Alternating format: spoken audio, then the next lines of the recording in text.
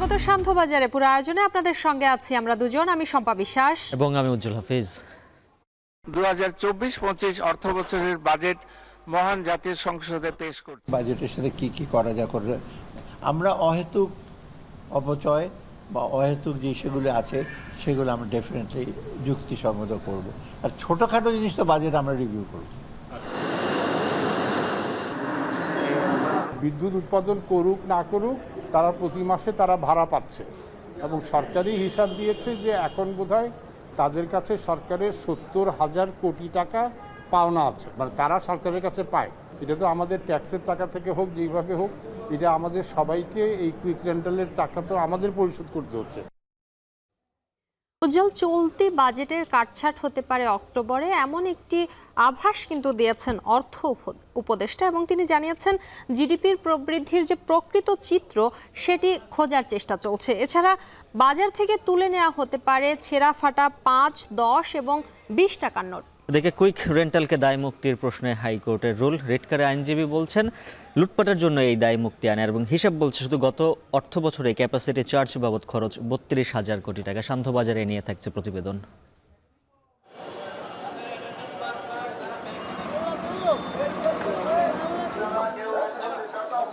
যত টেস্ট দিছে আমি সব কাগজগুলো রেখে দিয়েছি, সব টেস্ট করাইছি। টেস্টগুলো যে কোনো ডাক্তারে দেওয়া হয়, কাগজগুলো দেওয়ার লোক নাই। রুগীর যে পেটের সমস্যা প্রেগনেন্সির এখন পর্যন্ত আর ডাক্তার আমি পাইতেছি না। অনেক দূর থেকে বাচ্চা নিয়ে আসি, ডাক্তার দেখাবো এখন দেখাইতে পারি না। সিটি স্ক্যান করাইছে, ডাক্তারের কাছে বলছি, তারা আমাকে বলছে 204 নম্বর ওয়ার্ডে নিয়ে যান। আমি সেখানে গেছি, কোনো ডাক্তার পাই নাই এখনো পর্যন্ত। এখন পর্যন্ত ডাক্তারে আসেও না, টিকিটও দেয় না, মানে চিকিৎসাও পাইতেছি না। ইতিমধ্যেই আমাদের যে 2 নম্বর আসামি সে কিন্তু ধরা পড়েছে। বাকি আসামিদের ধরার জন্য জোর প্রচেষ্টা চলছে।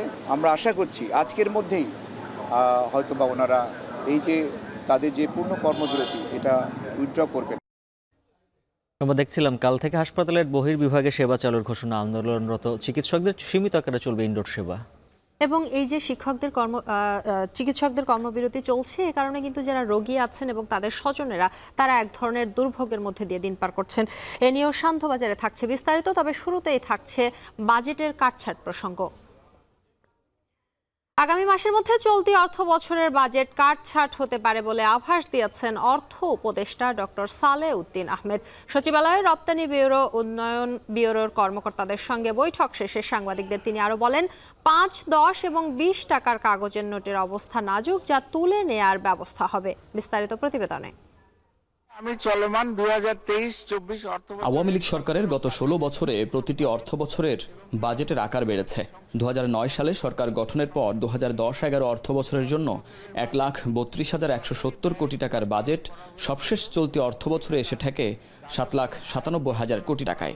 বরাবরই এত বড় আকারের বাজেট বাস্তবায়নযোগ্য নয় বলে অর্থনীতিবিদরা বলে আসছেন। অর্থবছর শেষে দেখা যায় বাজেট ঘাটতি থেকে যায়। ক্ষমতাচ্যুত হওয়ার আগে শেখ হাসিনা সরকার 18 লাখ কোটি টাকা ঋণ রেখে গেছে। 5,32,000 কোটি টাকা। বড় বড় ব্যয়ের প্রকল্পে যেমনি দুর্নীতি হয়েছে, তেমনি অর্থের যোগান দিতে ঋণ নির্ভর হয় স্বৈর সরকার। গেল অর্থ বছরের শেষ 2 মাসে কেন্দ্রীয় ব্যাংক থেকে ছাপিয়ে নেওয়া হয় 41,000 কোটি টাকার বেশি। এছাড়া বাজেট ঘাটতি মেটাতেও টাকা ছাপানো হয়, যার মাসুল গুনতে হচ্ছে সাধারণ মানুষকে। অতিরিক্ত অর্থের যোগানে একদিকে বাড়ছে মূল্যস্ফীতি, অন্যদিকে কমে যাচ্ছে টাকার মান। এমন অবস্থায় অন্তর্বর্তী সরকার রিজার্ভের ওপর চাপ কমানো ও মূল্যস্ফীতি নিয়ন্ত্রণকে গুরুত্ব দিচ্ছে।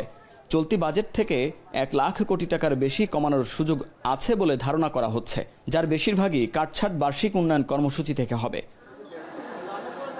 এমন অবস্থায় সোমবার অর্থ উপদেষ্টা আভাস দিলেন আগামী মাসের মধ্যে বাজেট পুনর্মূল্যায়ন করা হতে পারে। এ সময় বাজেটে সংশোধন আনার প্রক্রিয়া হিসেবে কালো টাকা সাদা করার সুযোগ বন্ধ করার কথা আবারও উল্লেখ করেন তিনি।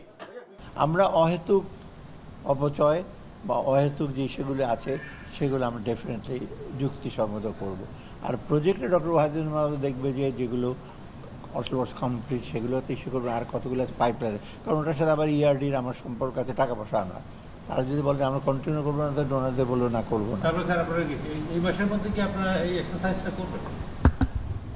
আমি এটা বেশি মেজর কাজ হলো প্ল্যানিং মিনিস্ট্রি প্রজেক্টগুলো, আর ছোটোখাটো জিনিস তো বাজেট আমরা রিভিউ করব।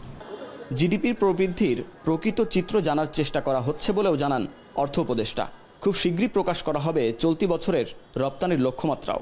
জিডিপি ফিগারটা আমি দেখতে কোনো রিফ্লেকশন হয় কিনা, জিডিপির ক্যালকুলেশনটা জিডিপির সাধারণত আমাদের প্রোডাকশন মেথডে করে। এছাড়া বাজার থেকে নাজুক নোট তুলে নেওয়ার কথাও জানান অর্থ উপদেষ্টা। এমনি আমাদের ক্যাশ কম থাকবে, কিন্তু ওটা কোনো মিউটিলিটেশন আমাদের এখানে রাখবেন ওখানে রাখবেন, এই মানি ব্যাগের ভাঁজ হয়ে যাবে, এগুলো হয়। এগুলো আমরা চেষ্টা করেছি আমার সময় থাকতে যে টাকাটা আরও ডিউরেবল করা যায় না, এগুলো হবে।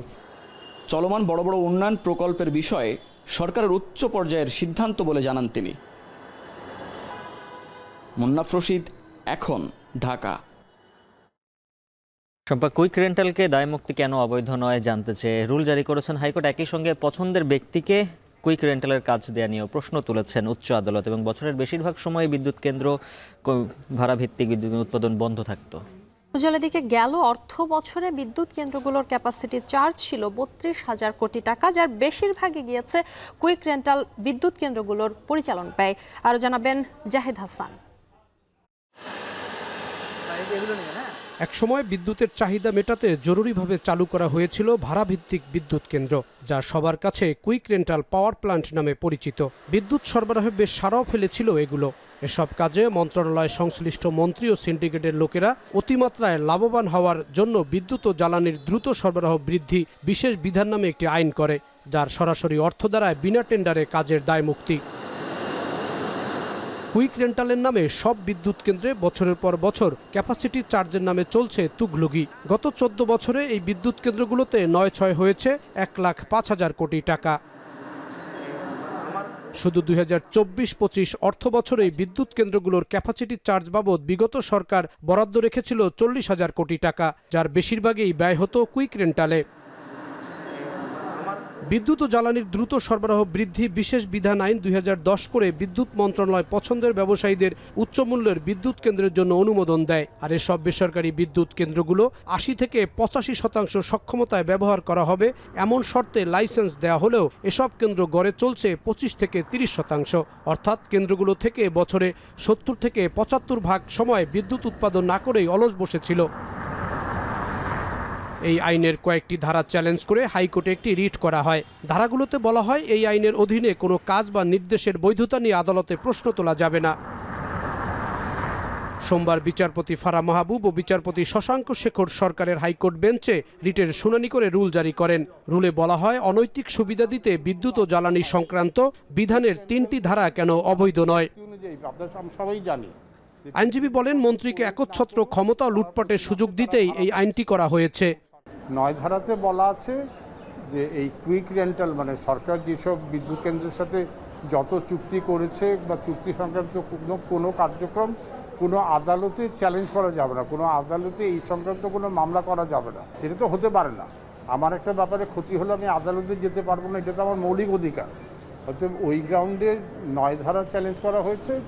আর ৬-এর ২ ধারায় এই বিদ্যুৎ ও জ্বালানি মন্ত্রীকে যে কোনো কোম্পানি বা যে কোনো ব্যক্তির সাথে চুক্তি করার মানে বিদ্যুৎ উৎপাদনের ব্যাপারে চুক্তি করার একক এখতিয়ার দেওয়া হয়েছে। ২০২৩-২৪ অর্থ বছরে বিদ্যুৎ কেন্দ্রগুলোর ক্যাপাসিটি চার্জ ছিল ৩২,০০০ কোটি টাকা, যার বেশিরভাগই গিয়েছে কুইক রেন্টাল বিদ্যুৎ কেন্দ্রগুলোর পরিচালন ব্যয়ে। বিদ্যুৎ উৎপাদন করুক না করুক তারা প্রতি মাসে তারা ভাড়া পাচ্ছে এবং সরকারি হিসাব দিয়েছে যে এখন বোধহয় তাদের কাছে সরকারের ৭০,০০০ কোটি টাকা পাওনা আছে, মানে তারা সরকারের কাছে পায়। এটা তো আমাদের ট্যাক্সের টাকা থেকে হোক যেইভাবে হোক এটা আমাদের সবাইকে এই কুইক রেন্টালের টাকা তো আমাদের পরিশোধ করতে হচ্ছে। আইন সচিব, অর্থ বিভাগের সচিব, বিদ্যুৎ ও জ্বালানি বিভাগের সচিব, পেট্রোবাংলার চেয়ারম্যান সহ সংশ্লিষ্টদের রুলের জবাব দিতে বলা হয়েছে। জাহিদ হাসান, এখন, ঢাকা। উজ্জ্বল কাল থেকে হাসপাতালের বহির্বিভাগে সেবা চালুর ঘোষণা দিয়েছেন আন্দোলনরত চিকিৎসকরা। এছাড়া সীমিত আকারে চলবে ইন্ডোর সেবা। এবং বহির্বিভাগে চিকিৎসা সেবা বন্ধ থাকে অনেকেই ভিড় করেন জরুরি বিভাগে চিকিৎসা নিতে। এর পাশাপাশি অনেকেই সেবা না পেয়ে ছুটে যান অন্য হাসপাতালে। বিস্তারিত জানাচ্ছেন দেলোয়ার দোলন। ডাক্তার ছিল না, আমি মনে ১০০ বার উপরে নিচে নামছি।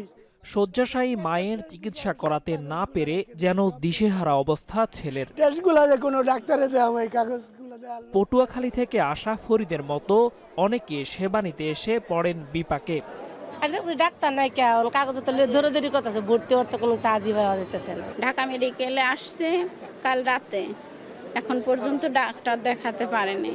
টিকিট দিতেছে না, সবকিছু বন্ধ, বলতেছে ডাক্তার আসে না, এই জন্য টিকিট কোনো কিছু দেওয়া যাবে না। রেগুলার কম্পালসারি পেশেন্ট যদি আমরা যদি ডাক্তারের সার্ভিস না পাই, তারপরে আমাদের যদি চিকিৎসা সেবা না পাই, এখন কি আমরা কি করব? স্বাস্থ্যসেবায় এমন অস্থির পরিস্থিতিতে ছাত্র জনতার আন্দোলনে আহত রোগীদেরও পড়তে হয়েছে চরম ভোগান্তিতে। এ যেমন কলেজ ছাত্র ইফরান, 19 তারিখ গুলি লাগে তার পায়ে।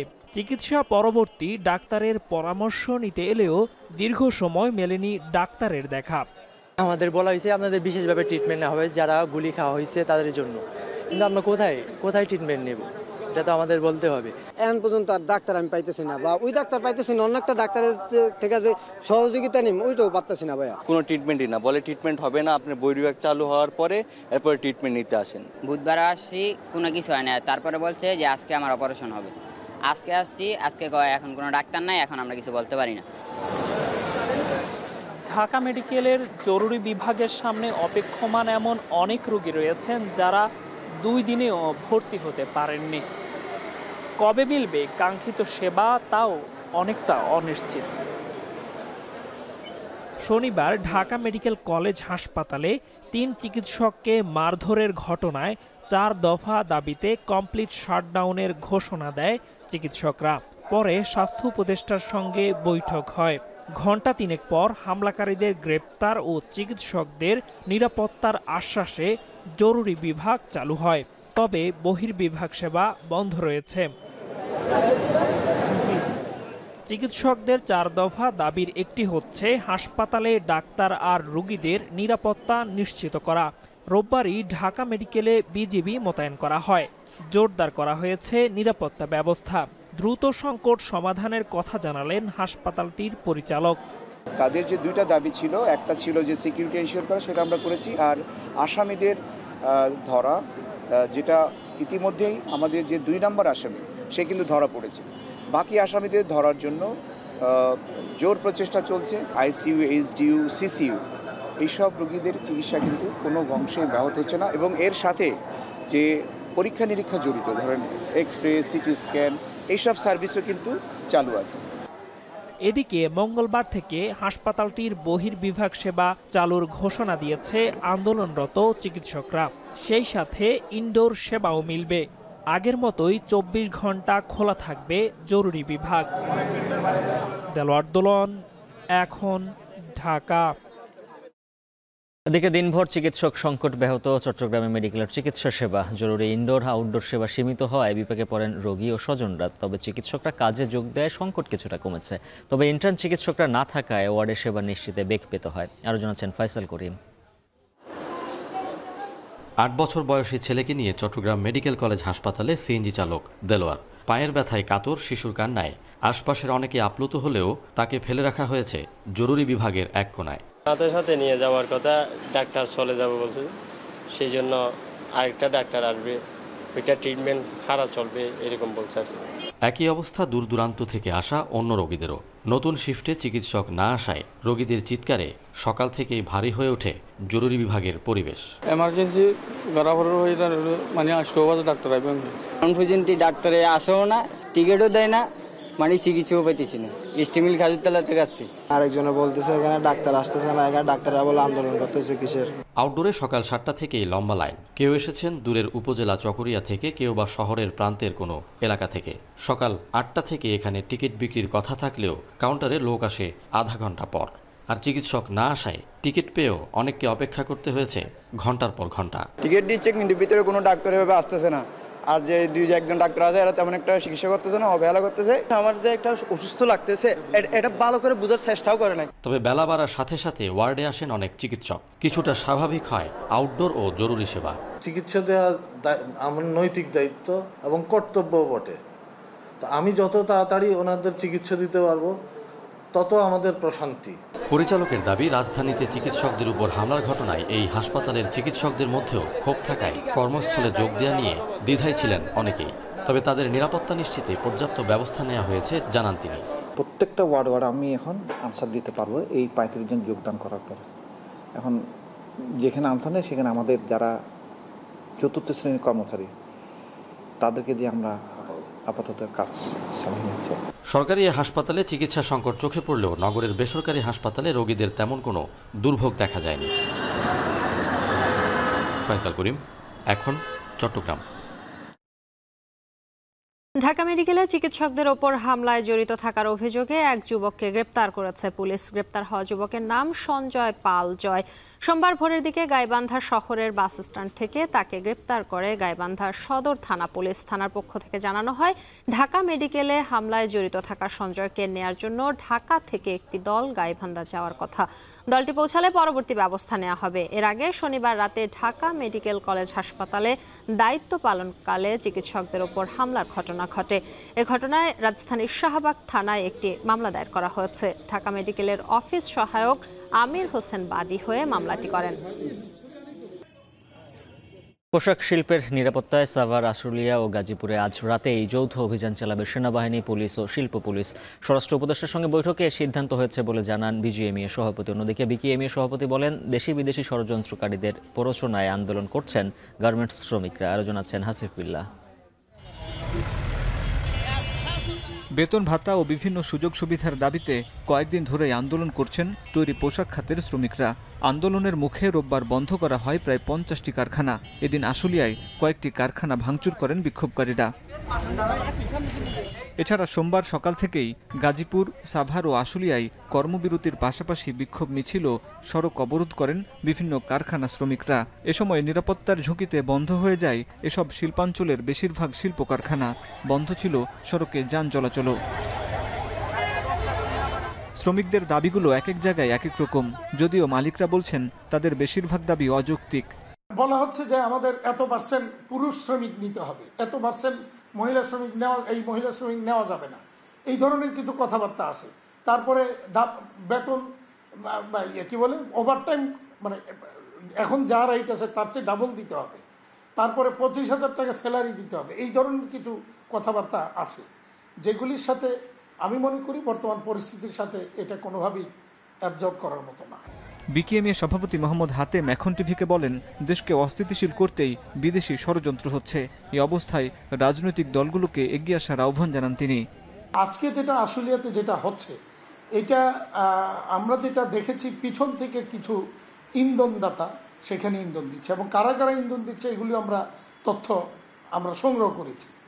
তো এই বিষয় মানে ওই জায়গাটাকে একটা অশান্ত করার জন্য মূলত এরা এই কাজটা করছে। এখন প্রশাসন এমন অবস্থায় নেই যে এটাকে কন্ট্রোল করবে বা করার মতো পরিস্থিতি তাদের নেই। সেই ক্ষেত্রে পলিটিক্যাল পার্টিগুলিকে যদি ইনভলভ করা যায় তাহলে এটা সম্ভব। কারণ দেশের ইন্ডাস্ট্রি যদি ক্ষতিগ্রস্ত হয় তাহলে সেখানে দেশের অর্থনীতি ভঙ্গ হবে এবং দেশে একটা অরাজকতা তৈরি হবে। চলমান সংকট সমাধানে তৈরি পোশাক কারখানা মালিকদের সংগঠন বিজিএমইএ ও বিকেএমইএর সঙ্গে সচিবালয় বৈঠকে বসেন শ্রম উপদেষ্টা। পরে সচিবালয়ে স্বরাষ্ট্র উপদেষ্টার সঙ্গে বৈঠকে বসেন বিজিএমইএ ও বিকেএমইএ নেতারা। বৈঠকে সিদ্ধান্ত হয় পোশাক শিল্পের নিরাপত্তায় সাভার, আশুলিয়া ও গাজীপুরে রাত থেকে যৌথ অভিযান।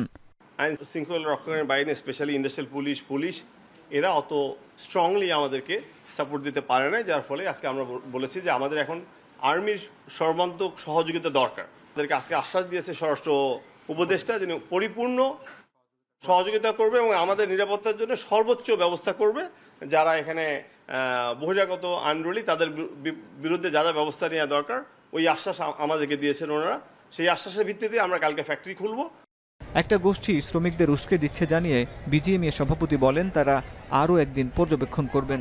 পরিস্থিতি স্বাভাবিক না হলে কারখানা বন্ধ রাখতে বাধ্য হবেন মালিকরা। হাসিব বিল্লাহ, এখন ঢাকা। একজন ব্যক্তি দুইবারের বেশি প্রধানমন্ত্রী হলে তাকে কেন্দ্র করে তৈরি হয় কর্তৃত্ববাদী শাসন ব্যবস্থা, আর সেখান থেকেই রাষ্ট্রযন্ত্র পরিণত হয় স্বৈরতন্ত্রে। জনগণের ওপর নেমে আসে জুলুম নির্যাতনের খড়গ, এমনটাই মনে করেন রাজনৈতিক বিশ্লেষকরা। তারা বলছেন, শুধু প্রধানমন্ত্রী নয়, কোনো জনপ্রতিনিধিকেই দুবারের বেশি নির্বাচনের সুযোগ বন্ধ করতে হবে। সেই সঙ্গে পরিবারতন্ত্রের নামের রাজতন্ত্রকেও রাজনীতি থেকে বিদায় দেওয়ার সময় এখনই। আর জানাচ্ছেন বেলায়েত হোসাইন। রক্তাক্ত জুলাই বিপ্লব, একটি গণ অভ্যুত্থান, একটি বিজয়, একটি ইতিহাস। সব মিলিয়ে নতুন বাংলাদেশ বিনির্মাণের প্রত্যয়। শত শহীদের রক্তে গড়া নতুন এই বিপ্লবোত্তর আলোচনায় বাংলাদেশের রাজনীতির আমূল সংস্কার। শেখ মুজিবুর রহমান থেকে শেখ হাসিনা পর্যন্ত স্বাধীন বাংলাদেশে এ যাবৎ যত শাসক এসেছেন তার মধ্যে সবচেয়ে বেশি ক্ষমতার স্বাদ ভোগ করেছেন সদ্য সাবেক প্রধানমন্ত্রী শেখ হাসিনা। তাকে কেন্দ্র করে তৈরি হওয়া বলয় থেকে কর্তৃত্ববাদী শাসন ব্যবস্থা, সবশেষ স্বৈরাচারের তকমা এবং ক্ষমতা ছেড়ে দেশ থেকে পালিয়ে যাওয়া, সবকিছুর মূলে কেবল একজনকে ঘিরে বাংলাদেশের রাজনীতি বন্দী, তারও পেছনে পরিবারতন্ত্রের অপরাজনীতি। রাষ্ট্রবিজ্ঞানীরা তাই বলছেন, কোনোভাবেই একজনকে দুইবারের বেশি প্রধানমন্ত্রী করার সুযোগ দেওয়া যাবে না। আমরা যদি কন্টিনিউয়াসলি একই ব্যক্তিকে বারবার দেখতে থাকি, তাকে কেন্দ্র করে একটা বলয় তৈরি হয়, যে বলয়টা আসলে একটা পর্যায়ে কখনো কখনো কর্তৃত্ববাদ, কখনো কখনো স্বৈরতন্ত্র, কখনো কখনো ফেসিবাদ, মানে আরও যদি বেশি সময় থাকে ট্রান্সফার হতে থাকে। এগুলো কিন্তু একটা স্তর। তো কর্তৃত্ববাদী কিন্তু একটা পর্যায়ে ফেসিবাদে ট্রান্সফার হয়। তো এই ট্রান্সফরমেশনটা সম্ভব হয় না যদি ব্যক্তি চেয়ারকে দখল করে বসে না থাকে। তার একটা একচেটিয়া আধিপত্য তৈরি হয়, ক্ষমতার লোভ তৈরি হয়ে যায়, তার তখন আর ক্ষমতা ছাড়তে ইচ্ছা হয় না। প্রধানমন্ত্রী বা যিনি হন, মানে ক্ষমতায় থাকার সময় যদি দীর্ঘ সময় হয়ে যায়, তাহলে তার একটা লোভ তৈরি হয়ে যাচ্ছে।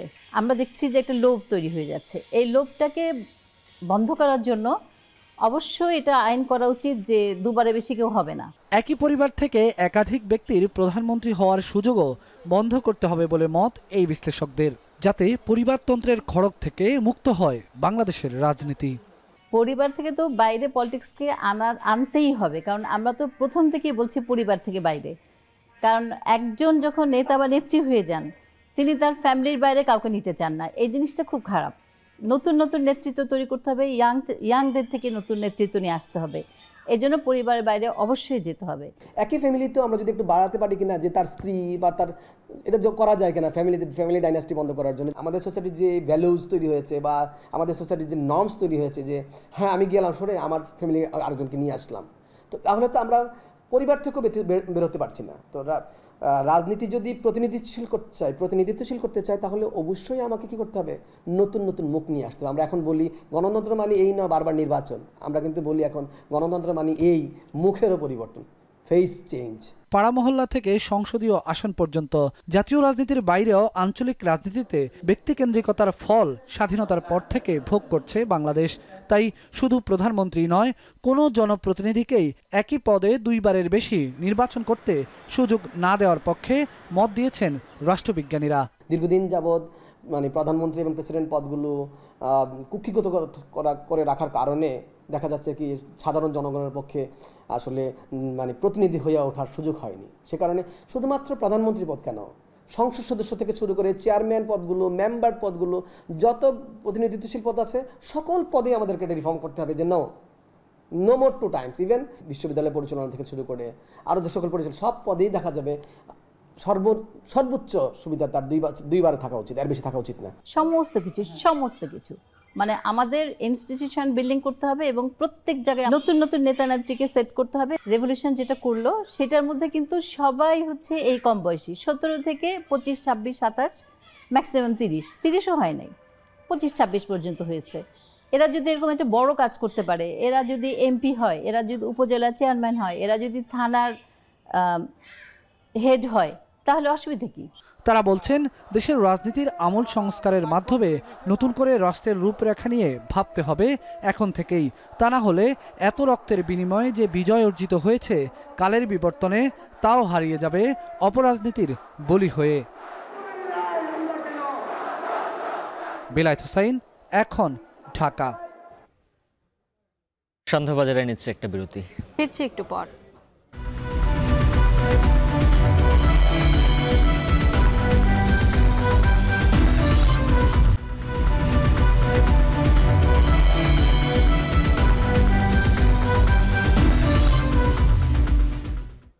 বিরতির পর ফিরে এলাম, দেখছেন সন্ধ্যাবাজার। ভারত পাকিস্তান দ্বন্দ্বের জন্য সার্ক এগোয়নি, তবে অন্তর্বর্তী সরকার চায় সার্ক কার্যকর হোক। আর মিয়ানমারের অভ্যন্তরীণ পরিস্থিতি শান্ত না হলে বিমস্টেক কাজে আসবে না। সোমবার দুপুরে পররাষ্ট্র মন্ত্রণালয়ে সাংবাদিকদের কথা বলেন উপদেষ্টা মোহাম্মদ তৌহিদ হোসেন। পশ্চিমা দেশগুলোর সঙ্গে বাংলাদেশের সম্পর্কের উন্নতির আশা প্রকাশ করেন তিনি। বিমস্টেককে আমরা ভেবেছিলাম যে সার্কের একটা বিকল্প হয়ে দাঁড়াবে, সেটা কিন্তু দাঁড়ায় নাই। কারণ মিয়ানমার যতক্ষণ শান্ত না হবে ততক্ষণ বিমস্টেক সত্যিকার অর্থে খুব ইফেক্টিভ কিছু হতে পারবে না। একইভাবে আমরা কিন্তু সার্কের বিকল্প হিসেবে চাই না বিমস্টেক।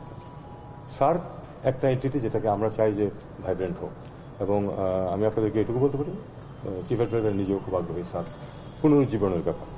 তো আমরা দেখি কতটুকু কি করা যায়। সার্ক আমরা জানি যে এটা হলো victim of India Pakistan rivalry, আমরা চাই না যে সেটা। অন্তর্বর্তী সরকার ও নির্বাচনের সময়সীমা বাংলাদেশের অভ্যন্তরীণ বিষয় বলে মনে করে চীন। জামায়াতের আমিরের সঙ্গে সৌজন্য সাক্ষাৎ শেষে একথা জানিয়েছেন চীনের রাষ্ট্রদূত। সাক্ষাতে রোহিঙ্গাদের প্রত্যাবাসনে চীনকে ভূমিকা রাখার অনুরোধ জানিয়েছেন জামায়াতের আমির ডাক্তার শফিকুর রহমান। আমরা দীর্ঘ 1 ঘন্টা একসাথে বসেছি, কথা বলেছি, দুই দেশের স্বার্থ সংশ্লিষ্ট ব্যাপারে আমরা কথা বলেছি, কিভাবে চায়না এবং বাংলাদেশ আরও কাছাকাছি এসে আমরা একসাথে কাজ করতে পারি, আমাদের শিক্ষা, সংস্কৃতি, ডেভেলপমেন্ট এই সব ক্ষেত্রেই আমরা একসাথে এগিয়ে যেতে পারি, সেই বিষয়গুলো আলোচনা হয়েছে। তারা যেন বাংলাদেশে তাদের ইনভেস্টমেন্টকে আরও বেশি ইনক্রিজ করেন, আমরা আশা করছি যে তারা এটা সক্রিয় বিবেচনায় নেবেন। To work for the final repatriation of Rohingya, we'll work together with Jamaat Islami and other stakeholders for the early repatriation. I say it is the internal affair of Bangladesh, so we'll respect the decision made by the people of Bangladesh. We're respectful. Ideal কলেজের ছাত্র খালিদ হাসান সাইফুল্লাহ হত্যা মামলায় 5 দিনের রিমান্ডে ঢাকা 7 আসনের সাবেক সংসদ সদস্য হাজী মোহাম্মদ সেলিম আর পোশাক শ্রমিক রুবেল হত্যার অভিযোগে রাজধানীর আদাবর থানায় মামলায় গ্রেফতার আওয়ামী লীগের প্রচার ও প্রকাশনা সম্পাদক আব্দুস সোবহান গোলাপকে 3 দিনের রিমান্ড দিয়েছেন আদালত। এদিকে সাবেক প্রধানমন্ত্রী শেখ হাসিনাকে প্রধান করে আরও 2টি মামলা দায়ের হয়েছে আজ। বিস্তারিত আসফ ইকবালের প্রতিবেদনে। কোটা সংস্কার আন্দোলনে যোগ দিয়েছিলেন খালিদ হাসান সাইফুল্লাহ। 18 জুলাই আজিমপুরে গুলিবিদ্ধ হয়ে আর বাড়ি ফেরা হয়নি আইডিয়াল কলেজের প্রথম বর্ষের এই শিক্ষার্থীর। ছেলে হারিয়ে গত 19 আগস্ট সাবেক প্রধানমন্ত্রী শেখ হাসিনা সহ 51 জনকে আসামি করে লালবাগ থানায় মামলা করেন খালিদের বাবা কামরুল হাসান। সেই মামলার 25 নম্বর আসামি ঢাকা 7 আসনের সাবেক সংসদ সদস্য হাজী মোহাম্মদ সেলিম। রোববার রাতে বংশাল এলাকা থেকে গ্রেপ্তার হন তিনি। সোমবার ঢাকা মেট্রোপলিটন ম্যাজিস্ট্রেট আখতারুজ্জামানের আদালত হাজী সেলিমের 5 দিনের রিমান্ড মঞ্জুর করে। এর আগে মামলার তদন্ত কর্মকর্তা 10 দিনের রিমান্ড চেয়ে আবেদন করেন। এ সময় আসামিপক্ষের আইনজীবী তার অসুস্থতার কথা তুলে ধরে রিমান্ডের বিরোধিতা করেন। যুক্তিতর্ক শেষে তাকে 5 দিনের রিমান্ড দেয় আদালত। কিভাবে এই সাইফুল্লাহ হত্যা হলো এবং এই পিছনে পরিকল্পনা, সহায়তা এবং ষড়যন্ত্রে কারা জড়িত, এই বিষয়গুলি উদ্ঘাটন করার জন্য তাকে আরও জিজ্ঞাসাবাদ করা প্রয়োজন। সেই মর্মে 10 দিনের রিমান্ড প্রার্থনা করে তদন্তকারী কর্মকর্তা। বিজ্ঞ আদালত তদন্তকারী কর্মকর্তার দরখাস্তের গুণাগুণ এবং এজাহারের বিষয়বস্তু গুণাগুণের উপরে ভিত্তি করে তিনি আসামির বিরুদ্ধে 5 দিনের রিমান্ড মঞ্জুর করেন। একটা মার্ডার মামলার মধ্যে উনার সুনির্দিষ্ট কোনো অভিযোগ নাই। তাছাড়া এখানে বলা হয়েছে যে তৎকালীন ডিসির নেতৃত্বে এই হত্যাকাণ্ডটা জড়িত। তখন বলা হয়েছে যে সেই ডিসির যেহেতু এজারা আছে, ডিসির নেতৃত্বে হত্যাকাণ্ডে জড়িত, সেখানে আমার কথা তো ওখানে বলা নাই, সুতরাং সুনির্দিষ্ট কোনো অভিযোগ নাই। সুতরাং আমার এই আসামির বিরুদ্ধে এই রিমান্ডের কোনো যৌক্তিক কোনো কারণ নাই। উনাকে রাজনৈতিক হয়রানিমূলকভাবে এই মামলা জড়ানো হয়েছে। এদিকে আন্দোলনের সময় পোশাক শ্রমিক রুবেল হত্যার অভিযোগে রাজধানীর আদাবর থানার মামলায় গ্রেপ্তার আওয়ামী লীগের প্রচার ও প্রকাশনা সম্পাদক আব্দুস সোবহান গোলাপকে 3 দিনের রিমান্ড দিয়েছে আদালত। ঢাকা চিফ মেট্রোপলিটন ম্যাজিস্ট্রেটের আদালতে মামলার তদন্ত কর্মকর্তা 7 দিনের রিমান্ড আবেদন করলে ঢাকার মেট্রোপলিটন ম্যাজিস্ট্রেট মোহাম্মদ জসিমের আদালত 3 দিনের রিমান্ড মঞ্জুর করেন। একই আদালতে রাজধানীর বাড্ডা থানায় দায়ের করা সুমন শিকদার নামে এক ব্যক্তিকে হত্যার অভিযোগে মামলায় সাবেক বাণিজ্যমন্ত্রী টিপু মুন্সির 4 দিনের রিমান্ড শেষে জামিন আবেদন করা হলে আদালত জামিন নামঞ্জুর করে কারাবিধি অনুযায়ী সুচিকিৎসার নির্দেশ দেন। আদাবর থানার একটা মামলা, হত্যা মামলা, রুবেল হত্যা মামলা, সেই মামলাতে তাকে 7 দিনের রিমান্ডে রাখা হয়েছিল এবং সেই রিমান্ড শেষে আজকে আদালতে তাকে নিয়ে আসা হয় এবং পুনরায় তাকে রিমান্ড চাওয়া হয় এবং আদালত সন্তুষ্ট হয়ে তাকে 3 দিনের রিমান্ড মঞ্জুর করেন। যেভাবে ঢালাওভাবে আসামি করা হচ্ছে এবং সবাইকে শুধু রাজনৈতিকভাবে হেয় করার জন্য যে আসামি করা হচ্ছে, এতে জুডিশিয়ালের প্রতি, আইনের প্রতি মানুষের যে আস্থা এবং বিশ্বাস সেটা কমে যাবে। এবং বিজ্ঞ আদালতও অর্থাৎ আমাদের যে সাবমিশন অত্যন্ত মনোযোগ সহকারে উনি শুনেছেন। এদিকে সাবেক প্রধানমন্ত্রী শেখ হাসিনাকে প্রধান আসামি করে আরও 2টি মামলা দায়ের হয়। শুনানি শেষে আদালত 2টি মামলাকেই এফআইআর হিসাবে রুজু করতে সংশ্লিষ্ট যাত্রাবাড়ী থানাকে নির্দেশ দেন। আসিফ ইকবাল, এখন, ঢাকা। সান্ধ্যবাজার এ পর্যায়ে নিচ্ছি আরও একটি বিরতি। ফিরছি একটু পর, সঙ্গেই থাকুন।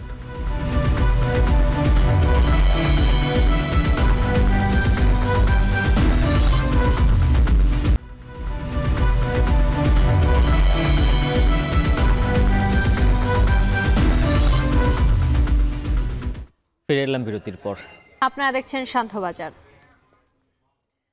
পিলখানায় সংঘটিত বিডিআর হত্যাকাণ্ডের পূর্ণ তদন্ত ও পুনর্বিচার প্রক্রিয়া শিগগিরই শুরু করা হবে বলে জানিয়েছেন স্বরাষ্ট্র উপদেষ্টা অবসরপ্রাপ্ত লেফটেন্যান্ট জেনারেল মোহাম্মদ জাহাঙ্গীর আলম চৌধুরী। সচিবালয়ে তিনি কথা বলেন। সকালে স্বরাষ্ট্র উপদেষ্টার সঙ্গে বৈঠক করেন ঢাকায় নিযুক্ত সুইজারল্যান্ডের রাষ্ট্রদূত। বৈঠক শেষে সাংবাদিকদের সঙ্গে কথা বলেন স্বরাষ্ট্র উপদেষ্টা। তিনি বলেন, অন্তর্বর্তী সরকার জনগণের অধিকার, সুশাসন ও ন্যায় বিচার প্রতিষ্ঠায় বদ্ধপরিকর।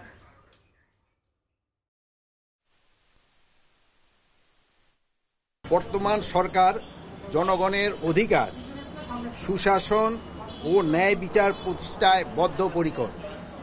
শুধু স্বরাষ্ট্র উপদেষ্টা হিসাবে নয়, একজন সাধারণ নাগরিক ও সেনাবাহিনীর প্রাক্তন সদস্য হিসাবে আমি বিডিআর হত্যাকাণ্ডের ন্যায় বিচার চাই। সঠিকভাবে এই হত্যাকাণ্ডের পূর্ণ তদন্ত ও ন্যায় বিচার প্রক্রিয়া শীঘ্রই শুরু করা হবে। বাড়লো এলপিজির দর। 12 কেজি সিলিন্ডারের দাম 44 টাকা বাড়িয়ে সেপ্টেম্বর মাসের জন্য 1421 টাকা ঠিক করেছে Bangladesh energy regulatory commission BERC. আগস্টে এই দাম ছিল 1377 টাকা। সোমবার রাজধানীর কারণ বাজারে বিইআরসির কার্যালয়ে এলপিজির নতুন দাম ঘোষণা করেন কমিশনের নতুন চেয়ারম্যান জালাল আহমেদ। এ সময় গ্যাস আমদানি পর্যায়ে দাম বাড়ায়, বিক্রিতেও বাড়ানো হয়েছে বলে জানান তিনি। গ্যাস বিদ্যুতের দাম নির্ধারণ প্রশ্নে চেয়ারম্যান বলেন, বিইআরসি তার পূর্ণ ক্ষমতা পেয়েছে। এ মাসেই পূর্ণ কমিশন গঠন হলে বিদ্যুৎ ও গ্যাসের দাম নির্ধারণে গণশুনানির বিষয়ে আলোচনা হবে।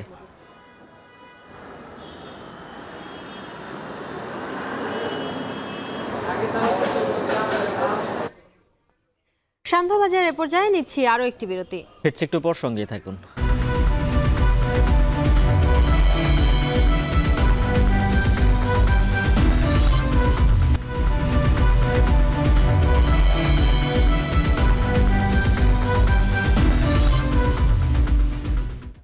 বিরতির পর ফিরে এলাম। দেখছেন সান্ধ্যবাজার। গাজায় সবশেষ 6 জিম্মির নিহতের খবরে ইসরায়েলের সর্বত্র বিক্ষোভ। ধরপাকড় চালিয়েও দমাতে পারছে না পুলিশ। নেতানিয়াহু প্রশাসন বিরোধী আন্দোলন চরম পর্যায়ে পৌঁছানোয় তেল আবিব বিমানবন্দর 2 ঘন্টা বন্ধ করা হয়। এমন অবস্থায় যুদ্ধবিরতি চুক্তি না হওয়ার পেছনে হামাসকে দায়ী করে ইসরায়েলি জনগণকে ধৈর্য ধরার আহ্বান জানিয়েছেন নেতানিয়াহু। আরও জানাচ্ছেন তহিদুর রহমান। হামাসের হাতে বাকি জিম্মিদের রেখে গাজায় ইসরায়েলি বাহিনীর আগ্রাসী হামলার বিরুদ্ধে ইসরায়েলে ক্রমেই বাড়ছে উত্তেজনার পারদ। রাফা শহরের টানেল থেকে এক মার্কিন সহ 6 জিম্মির মরদেহ উদ্ধারের পর রোববার থেকে আরও বেশি চড়াও হচ্ছেন বিক্ষুব্ধ ইসরায়েলিরা। যুদ্ধবিরতি চুক্তিতে পৌঁছাতে ব্যর্থ হওয়ায় নেতানিয়াহু প্রশাসনের বিরুদ্ধে রাস্তায় নামছেন লাখ লাখ আন্দোলনকারী। সোমবার একদিনের ধর্মঘট পালন করছেন শ্রমিক নেতারা। ধরপাকড় চালিয়েও তাদের দমাতে পারছে না পুলিশ। সব মিলিয়ে বিক্ষোভের আগুনে পড়ছে তেল আবিব সহ পুরো দেশ। নড়বড়ে হয়ে উঠছে নেতানিয়াহুর মসনদ।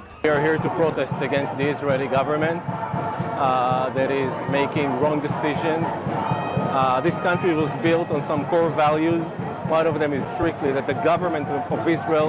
I think we have a criminal government who lets the hostages be murdered only for the sake of the coalition. And we have a prime minister who doesn't think of the good of the country but only of his own good. এই অবস্থায় প্রায় 11 মাসের যুদ্ধের অবসান এবং জিম্মিদের মুক্তির সব ধরনের প্রচেষ্টা অব্যাহত আছে দাবি করে ইসরায়েলি জনগণকে ধৈর্য ধরার আহ্বান জানিয়েছেন বেনিয়ামিন নেতানিয়াহু। একই সঙ্গে যুদ্ধবিরতি চুক্তি বাস্তবায়ন না হওয়ার পেছনে হামাস দায়ী বলে অভিযোগ তুলেছেন ইসরায়েলের সরকার প্রধান। আর হামাসের অভিযোগ, কাতারে হওয়া আলোচনায় যুদ্ধবিরতি চুক্তিতে স্বাক্ষর করতে রাজি হয়নি ইসরায়েল, তাই জিম্মিদের মৃত্যুর দায় নেতানিয়াহুরই। এই অবস্থায় ইসরায়েলিদের হয় নেতানিয়াহু নয়তো যুদ্ধবিরতি যুদ্ধবিরতি চুক্তি যে কোনো একটিকে বেছে নেওয়া উচিত বলে জানিয়েছে গাজার স্বাধীনতাকামী গোষ্ঠীটি। אזרחי ישראל, אנחנו נלחמים בכל החזיתות באויב אכזר שרוצה לרצוח את כולנו. ראינו את האכזריות הבלתי נתפסת של רוצחי החמאס ב7 באוקטובר. מאז חודש דצמבר חמאס מסרב לנהל משא ומתן אמיתי. এদিকে গাজার 6,40,000 শিশুর পোলিও টিকা নিশ্চিতে রোববার থেকে মঙ্গলবার পর্যন্ত প্রতিদিন কমপক্ষে 8 ঘন্টা লড়াই থেকে বিরত থাকতে সম্মত হয়েছে হামাস ইসরায়েল। এর আওতায় প্রথম দিনে অন্তত 72,611 শিশুকে টিকা দেয়া হয়েছে বলে জানিয়েছে জাতিসংঘ। গাজায় চলমান আগ্রাসনের মধ্যেই অধিকৃত পশ্চিম তীরেও দখলদারিত্ব অভিযান জোরালো করছে ইসরায়েলি বাহিনী। প্রাণ যাচ্ছে বহু ফিলিস্তিনির। ভয়ে বাড়িঘর ছেড়ে জেনিন শহর থেকে পালিয়ে যাচ্ছেন অসংখ্য ফিলিস্তিনি। এরই মধ্যে পশ্চিম তীরের হেব্রনের এক তল্লাশি চৌকিতে বন্দুক হামলায় অন্তত 3 ইসরায়েলি পুলিশ নিহত হওয়ার পর অঞ্চলটিতে আরও কঠোর পদক্ষেপের পরিকল্পনা করছে ইসরায়েল। তৌহিদুর রহমান, এখন বিশ্ব। ক্রীড়াক্ষেত্রে বরাদ্দকৃত বাজেটের অতীতের নিয়ম ও দেশের ক্রীড়া ফেডারেশনগুলোকে ঢেলে সাজানো হবে বলে জানিয়েছেন যুব ক্রীড়া উপদেষ্টা আসিফ মাহমুদ। সার্চ কমিটিতে আপনাদের প্রতিনিধিদেরকে রাখার কারণ হচ্ছে যারা দীর্ঘদিন ধরে ক্রীড়া সাংবাদিকতা করেছেন তাদের কাছে একটা সামগ্রিক ধারণা আছে। যে কোনো ক্রীড়া সংশ্লিষ্ট ব্যক্তিকে রাখলে দেখা যাবে যে তিনি হয়তো 2-1টা ফেডারেশন সম্পর্কে তার ধারণা আছে, বা তিনি যেই ক্রীড়া বিলং করেন, যে স্পোর্টস, যেমন ক্রিকেট সম্পর্কে তার ধারণা থাকলে বাকিগুলো সম্পর্কে সে হয়তো তেমন একটা জানবেন না। সেই জায়গা থেকে ক্রীড়া সাংবাদিকদেরকে রাখা।